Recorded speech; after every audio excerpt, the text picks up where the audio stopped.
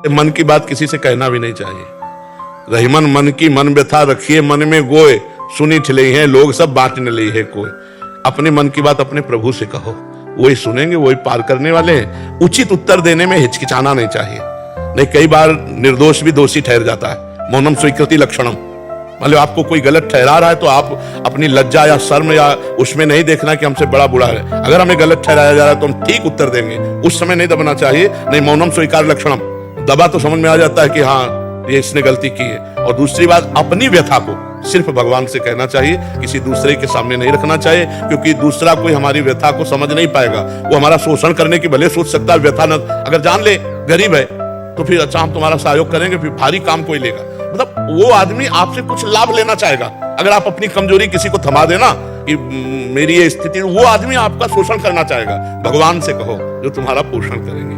तो अपनी मन की व्यथा किसी से ना कहे, रहीमदास जी कहते हैं, रहीमन मन की मन व्यथा रखिए मन में गोए। और दूसरी बात, आप कह रहे डिप्रेशन में जाए तो डिप्रेशन में क्यों जा रहे हैं? क्यों जा रहे हैं डिप्रेशन? अच्छा लगता है डिप्रेशन में जाना? पर जी बात को कटिंग नहीं कर पाते अंदर से। नाम जप करो, अभी कटिंग क्या उड़ा दोगे, डिलीट कर दोगे? नाम जप करो, बिना अध्यात्म के बात को उड़ाना थोड़ी आता है।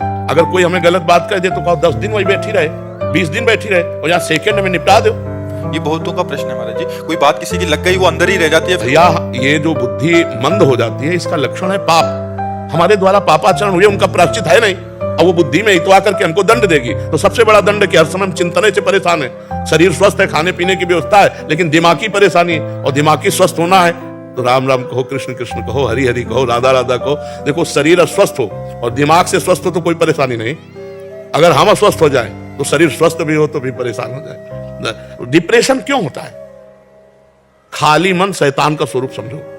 आप उसे नाम में नहीं लगा रहे, आप उसे धर्म में नहीं लगा रहे, भगवान के चिंतन में, तो ओवर थिंकिंग संसार की तरफ। 6 घंटे जो नींद में तुम्हें सुख मिलता है वो संसार का चिंतन छोड़ने के कारण हुए। नहीं, अब तो यार सोने दो, मतलब हम चिंतन शून्य होना चाहते हैं। 6 घंटे नींद में जो सुख मिलता है वो क्या होता है? घोर तमोगुण में चले गए और चिंतन खत्म हो गया, तो इंद्रियां फ्रेश हो गई कि नहीं हो गई?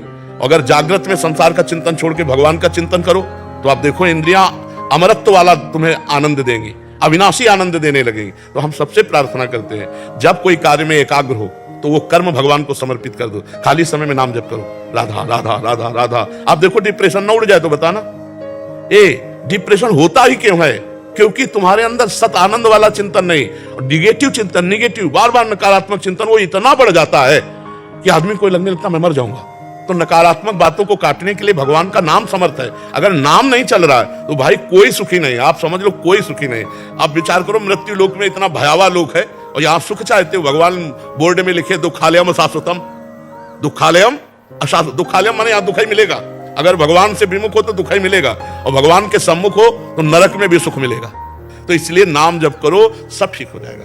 नाम जप के बिना बारी मथे घृत होए बरु सिकता ते बरु तेल, और बिनु हरि भजन न भवतरी या सिद्धांत पेल। डट के नाम जप करो, चलते फिरते उठते बैठते। अगर इस लोक और परलोक में आनंद ना हो जाए तो बताना, लोक परलोक सब सुख में दिखाई देने लगेंगे जब नाम जप करो। नाम जप नहीं तो चाहे जहां जितना प्रवचन सुन लो और चाहे जहां भाग के चले जाओ, आपको विश्राम नहीं मिलने वाला।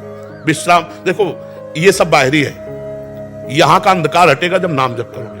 हृदय का अंधकार नाम जप से। नाम जप नहीं तो हमारा विश्वास कहता है कि तुम्हें सुख नहीं मिल पाएगा। गोस्वामी जी कहा नहीं, बारी मथे घृत होए बरु सिकता ते विनिश्चितम बदामिते न अन्यथा वचांस में हरिम भजन्ते नरा भवसागर तरंगते। बिना भगवान का नाम जप के कल्याण नहीं, मंगल नहीं, शांति नहीं, सुख नहीं, विश्राम नहीं। हमारी प्रार्थना मान लो, जासु नाम भव भेषज हरन घोर त्रैशूल। विश्वास करो ना, दैहिक दैविक भौतिक तापों का नाश करके भगवान की प्राप्ति करा दे समर्थ भगवान का नाम। तो विश्वास नहीं हो रहा है।